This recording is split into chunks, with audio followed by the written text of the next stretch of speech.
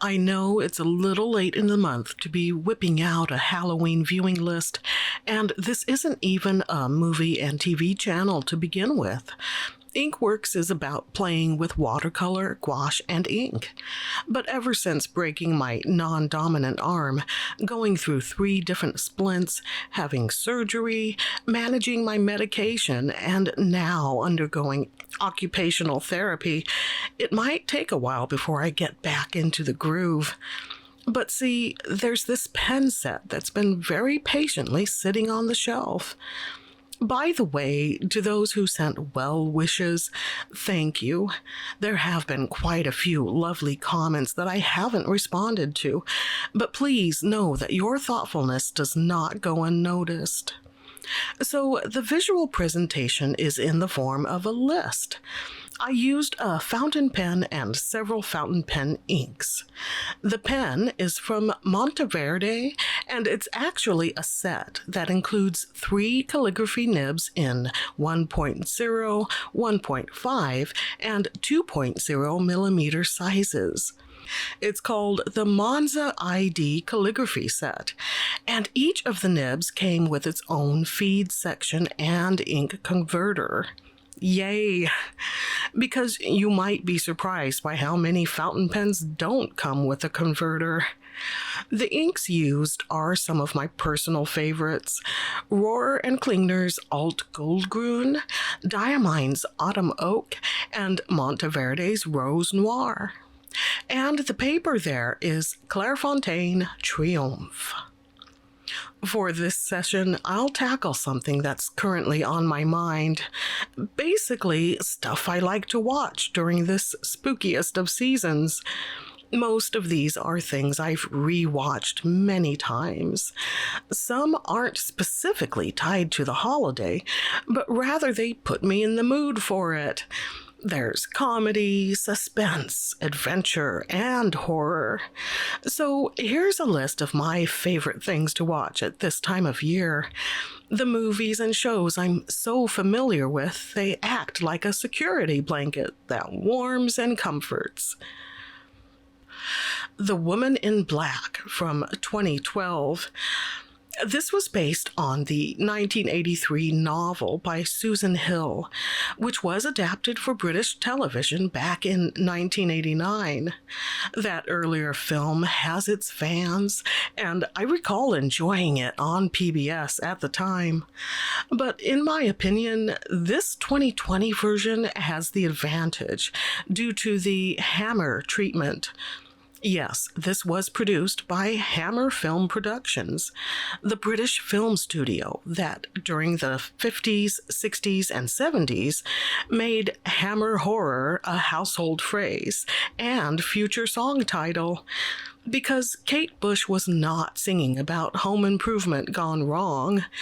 So The Woman in Black was one of a half dozen or so comeback films from the studio, including Let Me In, Wakewood, and The Lodge.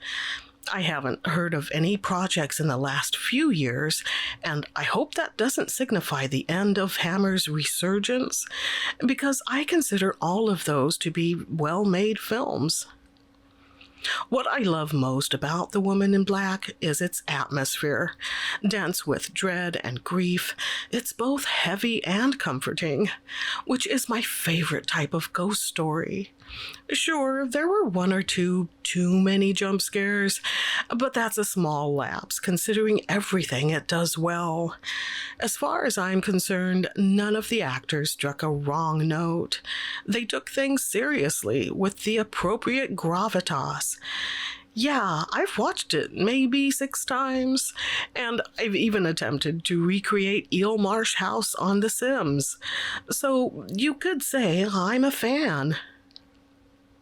Trick or Treat from 2007. There are too few movies that really revel in Halloween, and even fewer ones that are actually good. For me, Trick or Treat is highly entertaining while infusing Halloweenness throughout. It takes place on Halloween night, weaving multiple stories into the narrative. From a gluttonous child meeting a nasty end, to a prank gone too far, to a blood-sucking killer realizing he's not on top of the food chain. And watching it all is Sam, the spirit of Samhain, in his burlap onesie. He punishes those who disrespect the rules of the holiday. If I could only watch one movie to really feel the creepy side of the season, this would be it. Block parties, parades, costumes, jack-o'-lanterns aplenty. Fictional Warren Valley, Ohio is the sort of place I'd want to be on Halloween. Maybe without all of the death and mayhem, though. Because, yeah, there is blood, and even a touch of gore. At this point, I've given up hope for a sequel. Too bad. I can only imagine the fun a series would provide. Stories drawn from the town's nefarious history. Perhaps some yard haunter infighting. More backstory for Sam. Oh, the delicious possibilities. Something Wicked This Way Comes from 1983. As good as this movie is, it screams, "Remake me!" Because watching it nowadays, 40 years after it was made, its glossy sheen has dulled a bit. Maybe it's due to familiarity, but I find myself irritated by the line delivery from the child actors and by the obvious age difference in some of the later pickup shots and by the dated visual effects. But other than that, it's great. Although not specifically about Halloween, the story takes place in October, sometime in the 1950s, and the whole movie feels very autumnal. The traveling carnival that comes to town is filled with fascinating attractions, and if you stroll through the House of Mirrors or ride the Ferris wheel with a mysterious stranger, well, you could be changed forever. The screenplay was by Ray Bradbury, who authored the 1962 novel it was based on. The book is highly regarded and considered a literary classic. This 1983 movie was a Walt Disney Productions film. Considering how Disney keeps recycling their stuff, it seems like a no-brainer to remake this one, especially when people are out here practically begging for more quality Halloween-related content. Hubie Halloween from 2020. This one was a Netflix exclusive, and I had very low expectations. That's the key, I think. Go in expecting something awful, and you might be pleasantly surprised. The thing is, it's actually wormed its way into my affections. It's simplistic, by the numbers, and even a little bit Hallmark Channel-ish, because although some of the characters do bad things, the movie itself is full of gentle good humor. Speaking of humor, Hubie Halloween is first and foremost a comedy, but there is more to it. The Halloween trappings are flashy and plentiful, but there are also life lessons to be learned. And in case these are factors for you, I will mention here that the subjects of bullying and mental health are present. Yeah, I was pleasantly surprised, enough so that I've rewatched it several times. Plus, I get a kick out of seeing Ray Liotta and Steve Buscemi as players in this landscape of levity. Lady in White from 1988. The movie begins on Halloween 1962 and carries on for days or possibly weeks afterward. It's both a murder mystery and a ghost story. The main character is young Frankie Scarlatti, who is trapped overnight inside his classroom's coat closet. There he witnesses a spectral reenactment of a murder and is himself attacked by an unknown intruder. As far as I can tell, the filmmaker, Frank LaLoggia, made only a few other movies, none of them as memorable as this one. That's unfortunate, because this one is really good. Sure, it feels sorta dated now, especially the visual effects. The main storyline involves violence against children, so it's pretty heavy going at times. That said, there are lighter moments, especially involving Frankie's household and a general air of warm nostalgia. I remember getting shivers whenever the lady in white appeared on screen. The shot of her peering in through a window and another of her descending the staircase in a dilapidated house. That's the stuff of childhood nightmares. Wallace and Gromit's The Curse of the Were-Rabbit from 2005. Wallace and Gromit are a man and his dog. Animated, that is, a la the stop-motion method. The duo became a hit with several short films beginning in the late 1980s. In this adventure, there appears to be a monstrous creature ravaging the local crops, which does not bode well for Lady Tottington's annual vegetable competition. Wallace and Gromit, as an independent pest control team, attempt to solve the case of the vanishing veggies. Complicating things are a malfunction in Wallace's latest invention and Lady Tottington's sketchy suitor, Victor.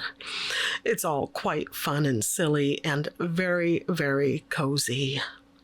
This is Wallace and Gromit's only feature-length film until the end of this year, when Vengeance Most Foul will be released. I understand that one will see the return of the villain from their most popular short film, The Wrong Trousers. I can't wait. The Haunting of Hill House from 2018. This might be the best limited series I've ever streamed. Look, it's no secret that I enjoy horror stories, but regardless of genre, few shows have impressed me the way this one did. Alternating timelines, clever transitions, intelligent dialogue, and a heartbreaking story are all strengths in this series. Toss in a smattering of hidden background figures, and you've got one heck of a haunting. Of course, it's based on Shirley Jackson's novel from 1959, and I say based with caveats, because they took some of the elements and reworked them into a new story. I'm an admirer of the book as well as the 1963 film adaptation, and guess what? This latest, very loosely adapted version works for me, since it is so well done. No, The Haunting of Hill House is not perfect. Most glaring for me was one too many long monologues, but I can forgive those few missteps because the rest is brilliant. That's right, I said brilliant, because by the end, nearly all of my questions were answered, and the rest I can fill in with what I want the answers to be. Plus, it's got my deepest respect for the jump scare in episode 8, the one that had me clutching the back of the couch and yelling, "Gah!" That has never happened, before or since. Sleepy Hollow from 1999. For sheer atmosphere, this beats even The Woman in Black, which is not surprising considering it's from Tim Burton. In my opinion, this is actually Burton at his best. From beginning to end, the mood is dreary, while the town itself seems surrounded by a chilling mist. I think this is Burton's homage to older horror films. It has an almost Hammer horror feel, and a couple of moments were reminiscent of Roger Corman's The Pit and the Pendulum. There is mystery and intrigue, and I like the changes from book to movie. Instead of a school teacher, Ichabod Crane is a police constable who uses progressive techniques of detection. That change adds an interesting crime-solving aspect to the story. Set design, costuming, and the music score are all fantastic. Johnny Depp was perfect as a very imperfect Ichabod who begins as a skeptic but quickly becomes a believer. He's both fearful and determined, and I love the running gag of him fainting multiple times. Guillermo del Guillermo Guillermo del Toro's Cabinet of Curiosities from 2022. It's an 8-episode horror anthology series. Only one season, sadly. The stories are strange and the directors are varied, which makes for unpredictable viewing. In all honesty, not all of them are winners, so I'll only mention my favorite 4 episodes.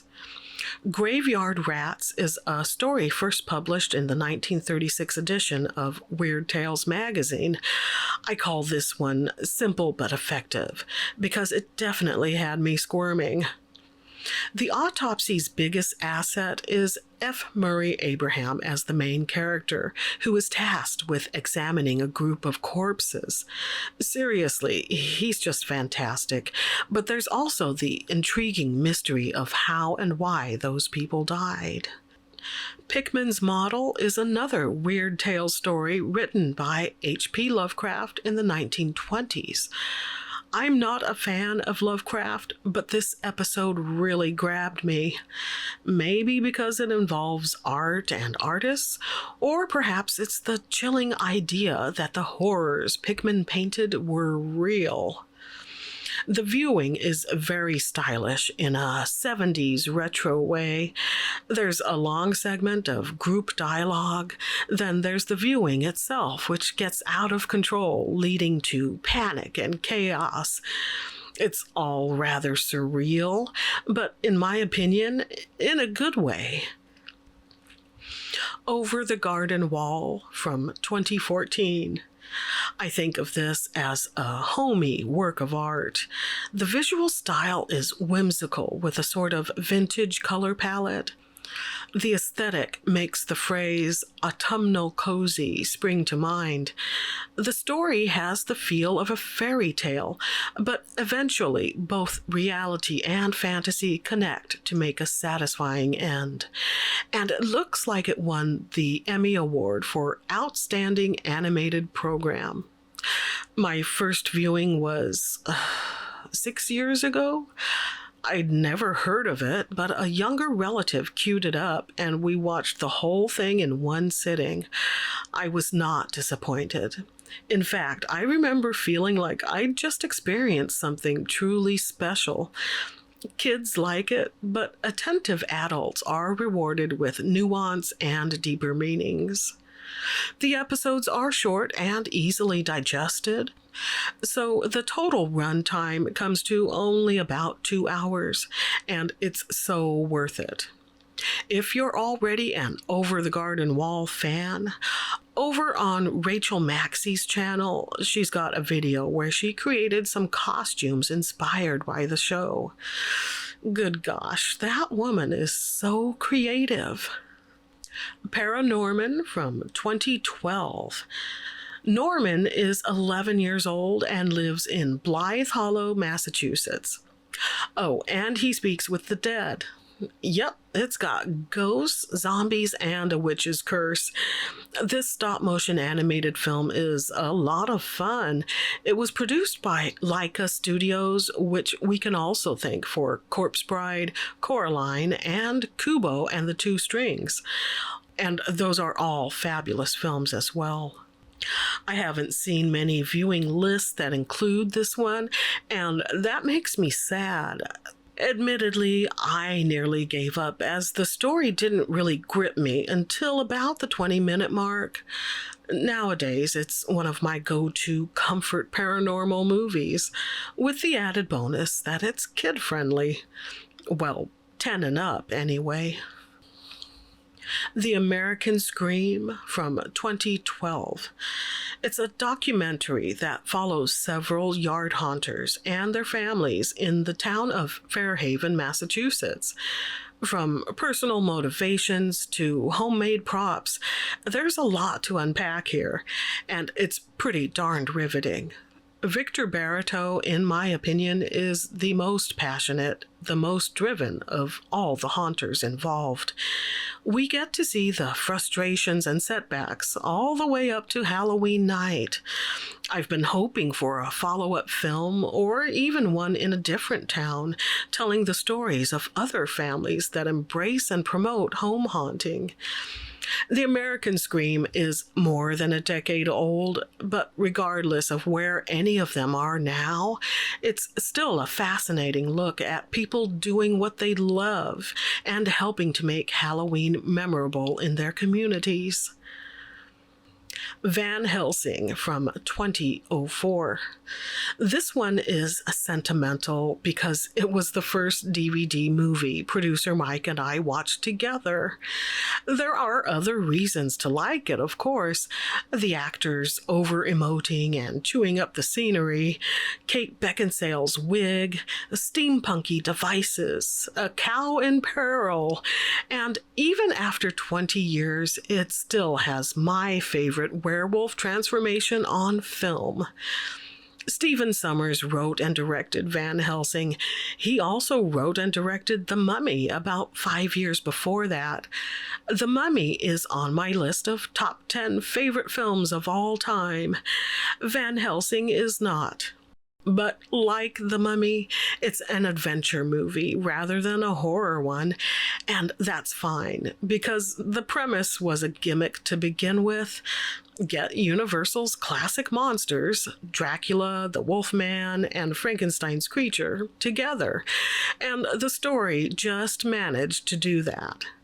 Look, it's not as good as The Mummy, but it is entertaining. Plus, who doesn't love a rollicking carriage chase? In case you're unaware, Sommers also made Deep Rising, a creature feature from 1998. It's full of his trademark wisecracks and action scenes, so if you're a fan of either The Mummy or Van Helsing, I also recommend Deep Rising. Okay, that's my list. Feel free to roast it in the comments. Maybe leave some viewing recommendations while you're there. Please and thank you. So the pen set got the job done. I can't say I was impressed with its performance, though. I did struggle at times with occasional skipping. Now, that could be on me since I didn't clean the parts before using. It was straight out of the box. Then again, it might be the paper. Clairefontaine Triumph is borderline slick. In future, I'll likely give the nibs a thorough cleansing and then use some feeler gauges to spread the tines a bit. Then I'll try it on some other paper and see if that helps. I'm happy to share this special edition video. Sheesh, that took so much longer than I thought it would. Thanks for watching. Until next time, remember, if you don't get your screen frights fix in October, November is also great for spooky viewing. Just saying. And stay cozy, my friends.